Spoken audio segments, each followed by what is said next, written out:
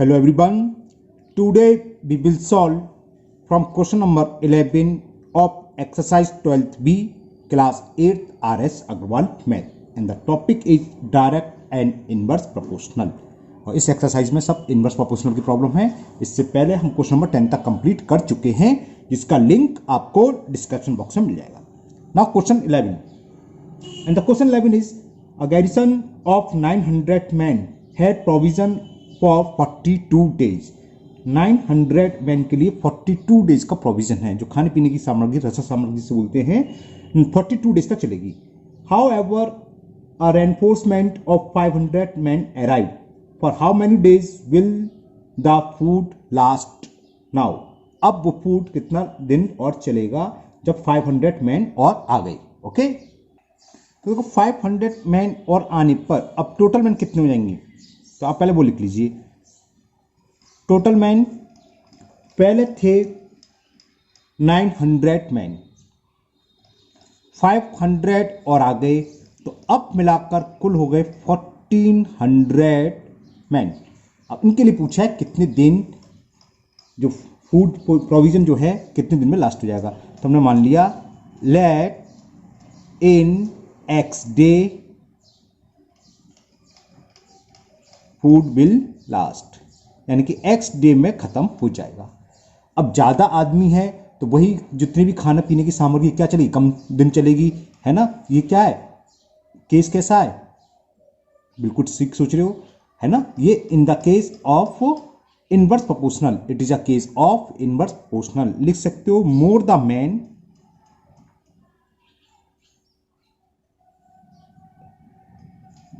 Man less the number of days. Short में ऐसे लिख दो,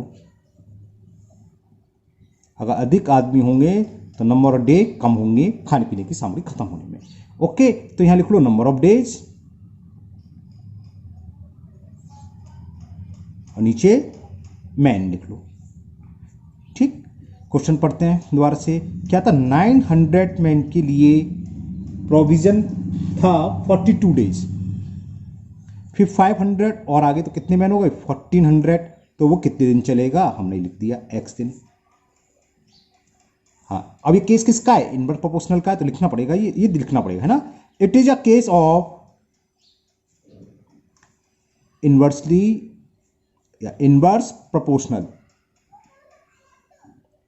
इनवर्स प्रोपोर्शनल का केस है तो क्या होता है x1 into y1 is equal to x2 into y2। तो x into 1400, so x into 1400 is equal 42 into 900।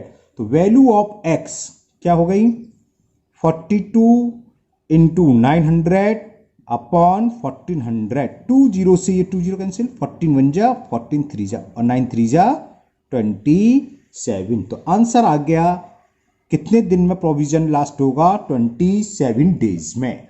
Okay now next question number 12 and the question 12 is in a hostel 75 students had food provision for 24 days. If 15 students leave the hostel, for how many days would the food provision last? Same उसी तरह उसमें क्या हुआ था, कुछ आदमी आए थे यहाँ पर लेफ्ट हो रहे हैं, कुछ स्टूडेंट छोड़ के जा रहे हैं। तो पहले तो रिमेनिंग स्टूडेंट्स निकले, कितने हो गए, तो रिमेनिंग स्टूडेंट्स कितने स्टूडेंट्स थे 75 थे और 75 स्टूडेंट्स में से 15 लेफ्ट कर गए तो कितने बचे 60 स्टूडेंट्स। बस अब हम मान लेते हैं लेट रिमेनिंग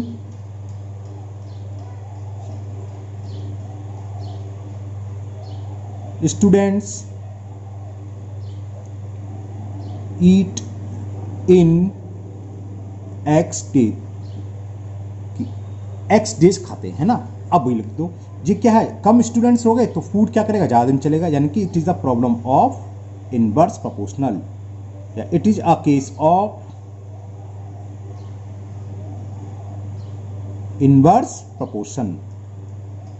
क्यों इनवर्स है, क्योंकि देखो मान लो एक किलो या 10 किलो चावल है, एक आदमी या 5 आदमी आधी किलो खाते हैं पर डे, समझाते हैं हम।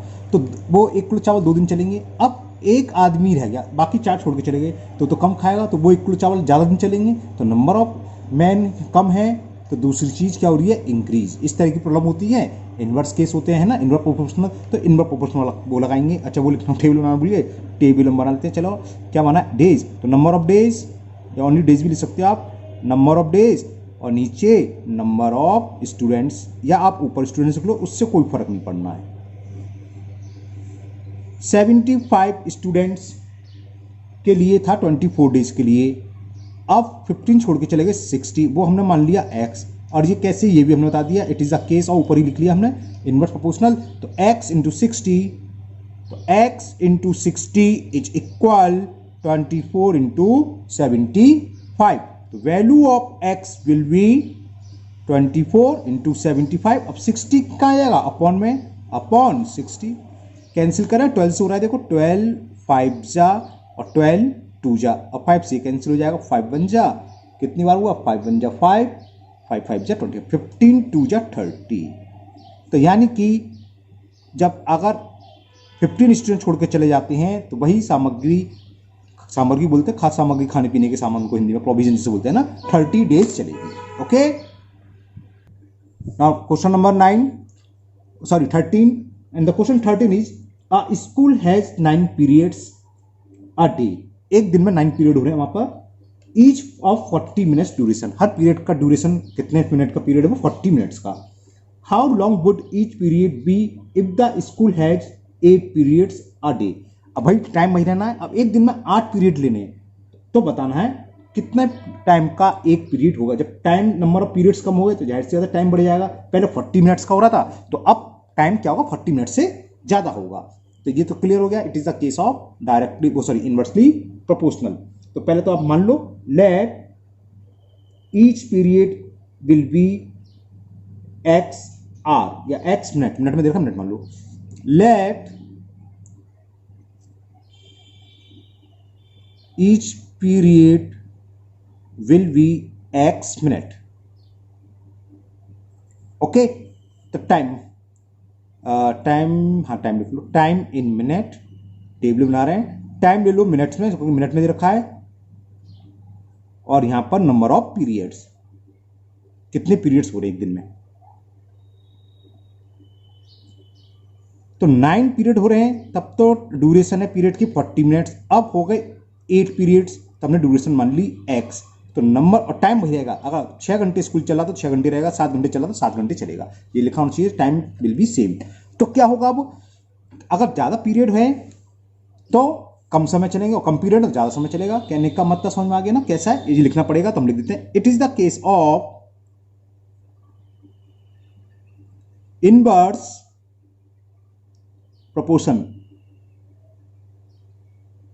इनवर्स प्रोपोर्शन क्यों है, मान लो समझाने के 9 घंटे का स्कूल चल रहा है, 9 पीरियड हो रहे हैं, तो एक ही घंटे के होंगे। अब मैं 9 के बजाय हमने कर दिए 5 पीरियड, है ना, तो क्या होंगे, 1 घंटे से ज्यादा होंगे, टाइम वही रहना है। क्लियर है, तो निकाल लो। तो क्या होगा उसमें, x1 into y one equal to x into y two, तो x इंटू 8, क्योंकि इनवर्स प्रोपोर्शनल में ही केस था, और डायरेक्ट में क्या होता था, x1 upon y one equal to x two upon y two, यहां पर इंटू होता है, तो लिख दो x, therefore x into 8 is equal to 40 into 5। तो value of x will be 40 into 9 upon 8, 8 बन जा, 8 5 जा, x इज 45। तो क्या हुआ, तो duration of each period equal 45 minute. Now next question number 14 में देखा, if x and y are inversely and x equal to 15, x की वैल्यू 15 है, कब है, when y is equal to 6। तो हमें y की वैल्यू फाइंड करनी है, कब करनी है, जब क्या हो, x इज इक्वल 9। तो इनवर्सली प्रोपोर्शनल का केस है, तो x1 y1 equal to x2 y2 लगा दो, तो लिख दोगे बिकॉज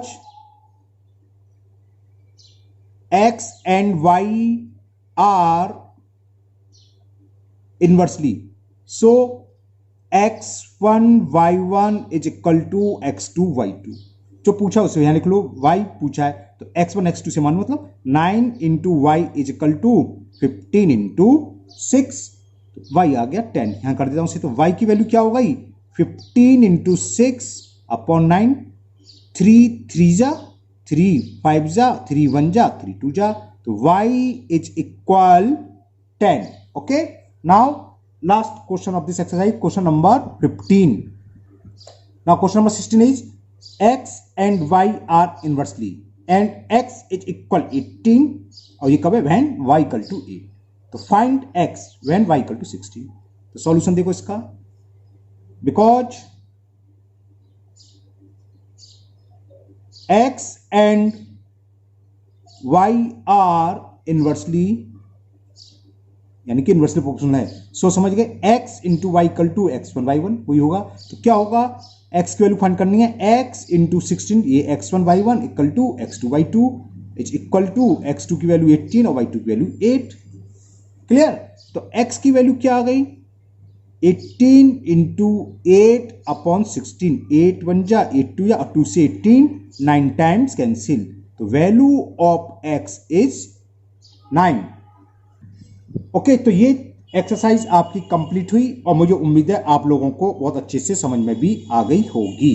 अगर आप लोग पहली बार चैनल पर आए हों तो चैनल को सब्सक्राइब करना ना भूलें, साथ ही साथ बेल आइकन को जरूर पुश कर लें, जिससे इसके अगला एक्सरसाइज जब भी डालूंगा मैं अपलोड करूंगा तो वो आपकी मिस नहीं होगी, उसका नोटिफिकेशन आपको मिल जाएगा. साथ ही साथ इस वीडियो को अपने दोस्तों को भी शेयर करें जिससे कि वो भी इसका फायदा उठा सकें. और आपकी अगर कोई प्रॉब्लम है तो उसे कमेंट बॉक्स में कमेंट करें, मैं इसे दूर करने की पूरी कोशिश करूंगा. फिर मिलते हैं नेक्स्ट वीडियो में. Thank you, have a nice